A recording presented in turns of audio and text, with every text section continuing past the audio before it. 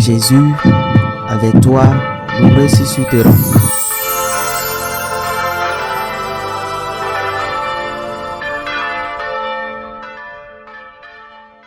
En ce temps-là, Jésus dit à ses disciples, « Je m'en vais maintenant auprès de celui qui m'a envoyé, et aucun de vous ne me demande, où vas-tu? Mais parce que je vous dis cela, la tristesse remplit votre cœur. Pourtant, je vous dis la vérité, il vaut mieux pour vous que je m'en aille. Car si je ne m'en vais pas, le défenseur ne viendra pas à vous. Mais si je pars, je vous l'enverrai. Quand il viendra, il établira la culpabilité du monde en matière de péché, de justice et de jugement. En matière de péché, puisqu'on ne croit pas en moi. En matière de justice, puisque je m'en vais auprès du Père et que vous ne me verrez plus. En matière de jugement, puisque déjà le prince de ce monde est jugé. Acclamons la parole de Dieu. Jésus préparait ses disciples à l'Ascension et à la venue de l'Esprit Saint. Il leur disait de ne pas avoir peur, qu'il leur enverrait le Paraclet. C'est ainsi qu'on appelle l'Esprit Saint, le défenseur. Ils ne devaient pas craindre. L'heure de la séparation était arrivée, mais cette séparation ne serait pas temporaire. Car si nous mourons avec lui, nous régnerons avec lui et nous vivrons éternellement avec lui. Mais Jésus dit aussi que lorsque viendra l'Esprit Saint, il convaincra le monde au sujet du péché, au sujet d'un péché, d'une justice et d'une condamnation, au sujet d'un péché parce qu'il ne croit pas en moi. Ne pas avoir la foi, est-ce un péché? Bien sûr que oui. Est-ce vraiment un péché? L'athée, l'agnostique, le musulman, le bouddhiste, l'animiste commettent-ils un péché parce qu'ils n'ont pas la foi? Commettent un péché tous ceux qui sachent que le Christ est Dieu ou ayant reçu des raisons suffisantes pour croire à la divinité du Christ, mais refusent pourtant de croire. Et pourtant, refusent-ils par intérêt, par peur? Voilà, oui, ce qui devient un péché. Les bonnes choses que Dieu a faites dans notre vie ne sont-elles pas des raisons suffisantes pour croire? Je me souviens qu'il y a quelques années, un terrible tremblement de terre a frappé l'Asie. C'était justement, si je me souviens bien, le jour de Noël ou le lendemain. Des milliers de personnes sont mortes à cause du raz de marée provoqué par ce séisme. Dans l'un des lieux où nous sommes présents, nous les franciscains de Marie, dans une ville du sud de l'île sur Sri Lanka, l'ancienne Ceylan, l'église a été sauvée parce qu'elle se trouvait sur une colline.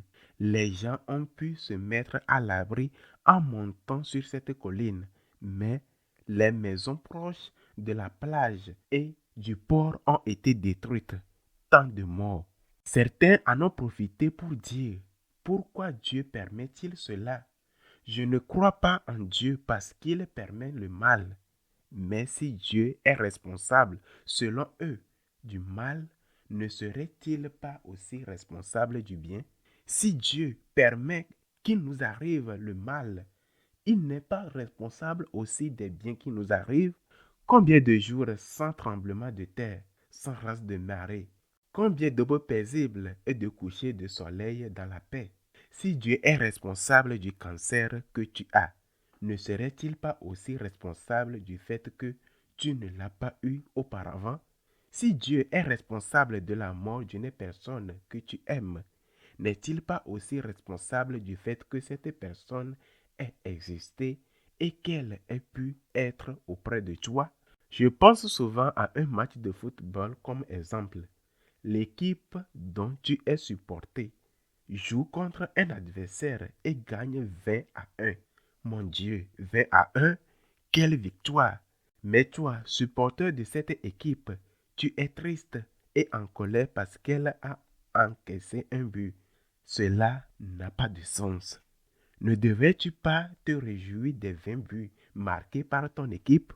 Autrement dit, si quelqu'un rend Dieu responsable du mal et dit « Je m'en éloigne de Dieu », ne devrait-il pas avec la même logique le rendre aussi responsable du bien et se rendre compte que le bien est infiniment plus grand que le mal et que sans Dieu, le mal serait bien plus grand encore? Car il est vrai que les tremblements de terre surviennent sans que ce soit la cause de quelqu'un. Mais est-ce que vraiment les tremblements de terre qui causent le plus de morts ou bien les guerres? N'est-ce pas l'avortement qui est aujourd'hui la principale cause de mort des êtres humains dans le monde? Est-ce la faute de Dieu? Que d'hypocrisie, que de la boue jetée au visage de notre Seigneur en lui attribuant notre propre crime, que d'excuses pour ne pas croire. Je vous avoue sincèrement qu'il m'est difficile de ne pas me remplir de colère quand je vois tant d'offenses faites au Christ notre Seigneur par ceux qui vivent si confortablement, si égoïstement et qui, en plus, disent qu'ils n'ont pas la foi. Il n'y a pas longtemps, je suis allé en Afrique dans l'un des pays les plus pauvres du continent, le Malawi. La pauvreté est réellement immense et visible. Pourtant, les églises y sont pleines les dimanches bondés. Ces gens qui souffrent d'une manière que nous ne pouvons même pas imaginer, eux ne se posent pas ces questions absurdes. Pourtant, le mal existe-t-il dans le monde? Pourquoi Dieu le permet-il? Parce qu'ils savent que sans Dieu, leur mal serait encore pire. Ces raisonnements sur pourquoi le mal existe et pourquoi Dieu le permet viennent surtout de ceux qui vivent très confortablement en Occident. Oui, il est vrai, l'Esprit Saint convaincra le monde d'un péché, celui de ne pas avoir cru au Fils de Dieu.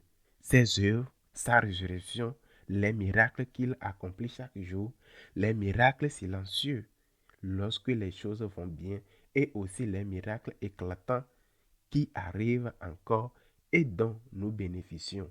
Tout cela témoigne que le Christ est Dieu. Mais il n'y a pas de pire aveugle que celui qui ne veut pas voir. Et pourquoi cet aveugle ne veut-il pas voir? Je répète ce que dit Saint Jean. Parce que cela ne l'intéresse pas. Voilà la véritable cause de l'athéisme. Cela ne l'intéresse pas. Il ne veut pas avoir de conscience. Il ne veut pas qu'une chose intérieure le tourmente en lui disant que cela est mal. Alors, il préfère dire que Dieu n'existe pas. Il préfère le dire en pensant qu'ainsi, il fera taire sa conscience. Mais un jour ou l'autre, cette conscience refera surface et elle lui dira tout le mal qu'il a fait en s'éloignant de Dieu. Rendons grâce à Dieu pour le don de la foi et éprouvons une profonde compassion pour celui qui, volontairement, même s'il n'en a pas de conscience, ne l'a pas. Et prions pour eux. Qu'il soit ainsi.